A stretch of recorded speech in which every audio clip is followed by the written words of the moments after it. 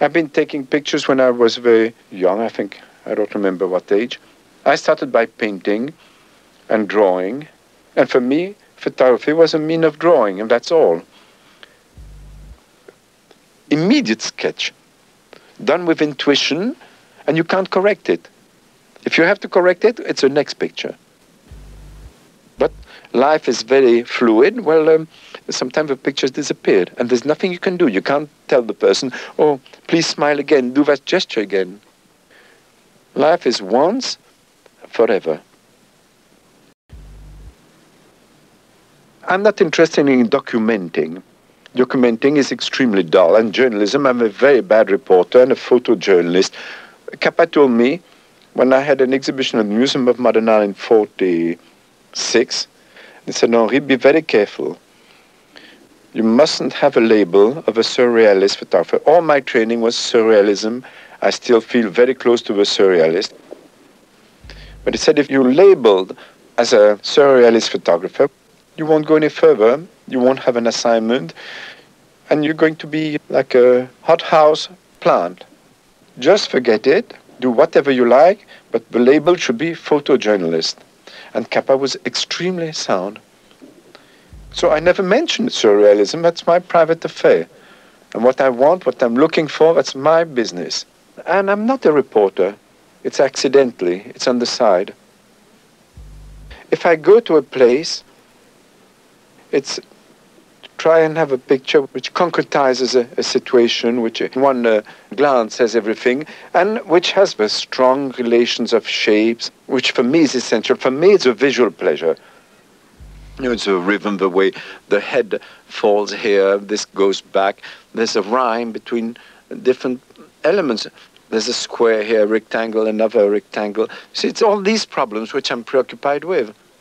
The greatest joy for me is geometry. That means a structure. You can't go shooting for shapes, for patterns and all this, but it's a sensuous pleasure, an intellectual pleasure at the same time to have everything in the right place. It's a recognition of an order which is in front of you. Like on this picture, the portrait of a grandmother and the little girl, it's all these relations of curves, of design, of lines. The difference between a good picture and a mediocre picture, it's a question of millimeters. A small, small difference, but it's essential.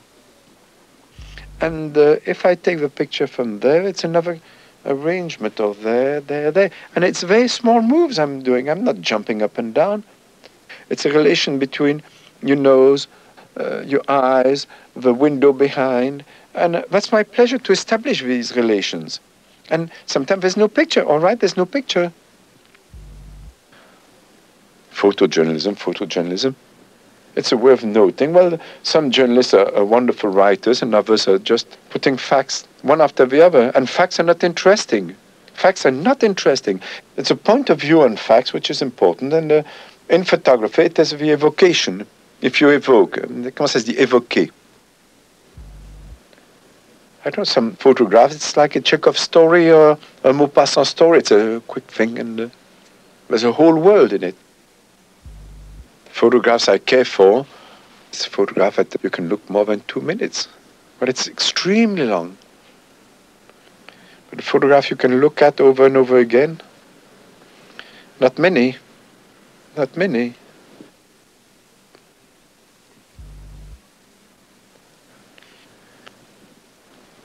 The most difficult thing for me, it's a portrait.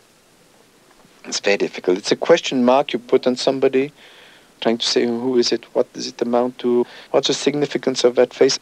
And the difference between a portrait and a snapshot is that the portrait, the person agreed to be photographed. It's not at all like somebody you catch in the street up like this.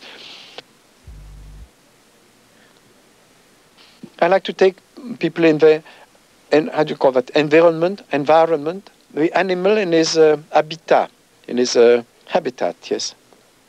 And it's fascinating coming in like this in people's home, looking at them. But you have to be like a cat, not disturb. And tiptoes, always, and tiptoes. But certainly it's like a biologist under his microscope. When you study, a thing doesn't react the same way as when it's not studied.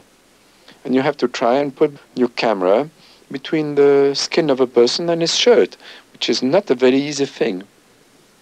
And the attitudes of people are so different in front of a camera. Some embarrassed, some are ashamed, some hate to be photographed, and others are showing off. And you feel people very quickly. You see people naked through the viewfinder. You see them stripped naked. And it's sometimes very embarrassing. And I remember I had to take for Vogue a very, very old lady, Bostonian, wonderful old lady. She smiled at me, but a sort of smile that you can't smile back at her. She wanted to check on the picture before publication, and I said, I'm sorry, I've never done that. It's a question of trust. And she agreed. She said, oh, my wrinkles. And I told her it's the only interesting thing, the wrinkles. After all, it depends how they fall, which is true. It's life. It's a mark of life. It depends how people have been living, and all this is written on their face. After a certain age, you've got the face you deserve, I think.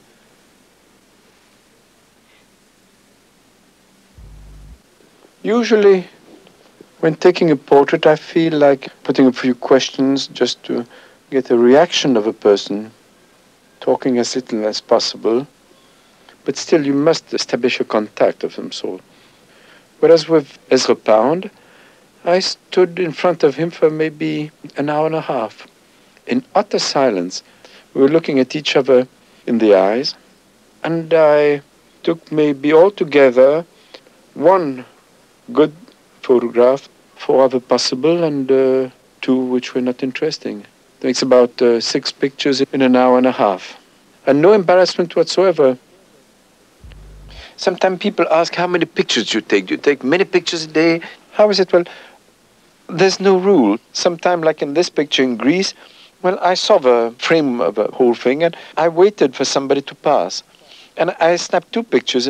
One was an Orthodox priest with his cylinder hat, and the little girl. Well, the little girl was exactly the thing in relation with the other shapes, whereas him, it was something clumsy. It was another conception. And sometimes there's not a second choice, because the people are gone. That's why it develops a great anxiety, this profession. Because you're always waiting, what's going to happen? What? It's what? Yes, like this. It's all the time. You're shooting, you say yes, maybe yes. But you shouldn't overshoot. It's like overeating, overdrinking. You have to eat, you have to drink, but over is too much. Because by the time you press, you arm the shutter once more, and maybe the picture was in between. It's a fraction of a second. It's an instinct. In photography, you've got to be quick. Like an animal on a prey. Like this, you grasp it and take it, and people don't notice that you've taken it. But it's a question of awareness. Everything in your body is there. That's beautiful. For me, it's a physical pleasure, photography. It doesn't take much brains. It doesn't take any brains. It takes sensitivity, a finger and 2 legs. But it's beautiful when you feel that your body is working, that all like this, full of air and in contact with nature and so on. It's beautiful. Boom, got it. You see? I'm extremely impulsive, terribly. It's really a pain in the neck for my friends and family. I'm a bunch of nerves, but I take advantage of it in photography. I never think. I act quick, like this, and you have to forget yourself. You have to be yourself, and you have to forget yourself, so that the image comes much stronger of what you want and what you see, if you get involved completely in what you're doing, and not thinking. Ideas are very dangerous. You must think all the time. But when you're photographing, you're not trying to push a point, to explain something, or prove something. You don't prove anything. It comes by itself. The first impression is essential. The first glance, the shock, the surprise, it jumps at you. You nourish it by your own life, by your taste, the intellectual luggage that you carry. Your experiences, your love, your hate. It's to live fully and richly. And poetry is the essence of everything. It's 2 elements which are suddenly in conflict, and there's a spark between 2 elements. but it's given very seldom, and you can't look for it. It's like if you look for inspiration, nothing comes, and it's by enriching yourself and living. Say, I wait for the top pictures, for great pictures. Well, it's seldom you make a great picture. You have to milk the cow quite a lot and get plenty milk to make a little cheese. I don't know what it means to be dramatically new. There's no new ideas in the world. There's only a new arrangement of things. Everything is new, every minute is new. That means re-examining. Life changes every minute. The world is being created every minute, and the world is falling to pieces every minute. Death is present everywhere, as soon as we're born. And it is a very beautiful thing. The tragic, comment ça dit, le tragique de la vie. What is tragic in life? Because there's always two poles, and one cannot exist without the other one. So these tensions I'm always moved by. This picture I like in a way. I was driving in Greece, in the mountains in the north. There was a child on the road. He was keeping goats. I don't know, I waved or something, and suddenly he started walking on his hands. There was such an exaltation, such a joy in that barren country, that dust road. I like English people very much. And it's the most exotic country for a Frenchman. It's the biggest difference. It's go to England, see English people even now. How can I say politely? When I'm in England, I feel like I'm sitting in a very comfortable armchair, and I'm looking at the stage and all these actors. I can applaud them, but I've got this set of rules, wonderful, but I'm not supposed to step in and jump on the stage and play with them. You see? It's like this. You look at the play, and you shouldn't applaud too loud, and I enjoyed it tremendously. I think everything is interesting if you're scratched, but at the same time, you can't just photograph everything you see.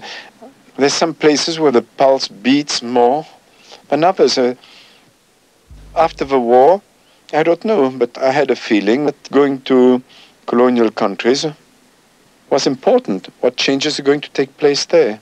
That's why I spent 3 years in the Far East. I was in India just at the death of Gandhi, after the partition between India and Pakistan. And it's to be present when there's a change of situation, when there's the most tension. And I've been living in India for about a year, even more. And problem of demography, immensity of space, of people, preoccupied me very much. I like to live in a place. I don't like to go for short. Rodin said something, what is made with time, time respects it, or something like this. I spent in China the last 6 months of the Kuomintang regime. I watched it falling to pieces. And I was there when the communists arrived. I stayed there another 6 months. But Chinese have always been between a chaotic and a stern and puritanical regime. Through centuries it has been from one to the other.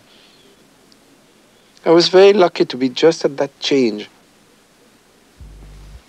A tradition, and what remains of a tradition, and at the same time what is a revolutionary attitude and another conception of man.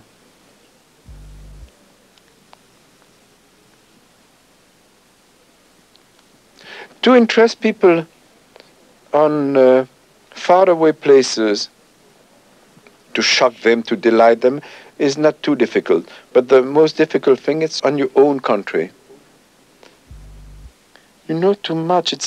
Well, when it's on your own block, there's such a routine. It's quite difficult to get out. When I'm going to the butcher, in places where I'm all the time, I know too much and not enough. And to be lucid about it is the most difficult. But your mind must be open, aware, like this, like having a radar, a searchlight, or like this. And that's why anybody has done 10 good photographs in his life. What is interesting, it's a consistency, to keep on. It's always re-examining things, trying to be more lucid and free and go deeper and deeper. I don't know. Because a camera is a weapon. You can't prove anything, but at the same time, it is a weapon. It's not a propaganda mean, photography, not at all. But it's a way of shouting the way you feel. I love life. I love human beings. I hate people also. You see, the camera, it can be a machine gun. It can be a psychoanalytical couch.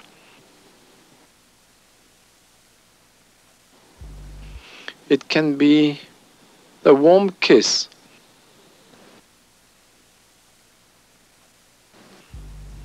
It can be a sketchbook, the camera. And even for me, that's strictly my way of feeling. I enjoy shooting a picture, being present, and it's a way of saying yes, yes, yes. It's like the last 3 words of Ulysses of Joyce, which is one of the tremendous works which have ever been written. It's yes, yes, yes. And photography, it's like that. It's yes, yes, yes. And there's no maybe. All the maybes, you should go to the trash. Because it's the instant, it's a presence, it's a moment, it's there. And it's a respect of it and an enjoyment. It's a tremendous enjoyment to have seen yes. Even if it's something you hate, yes. It's an affirmation. Yes.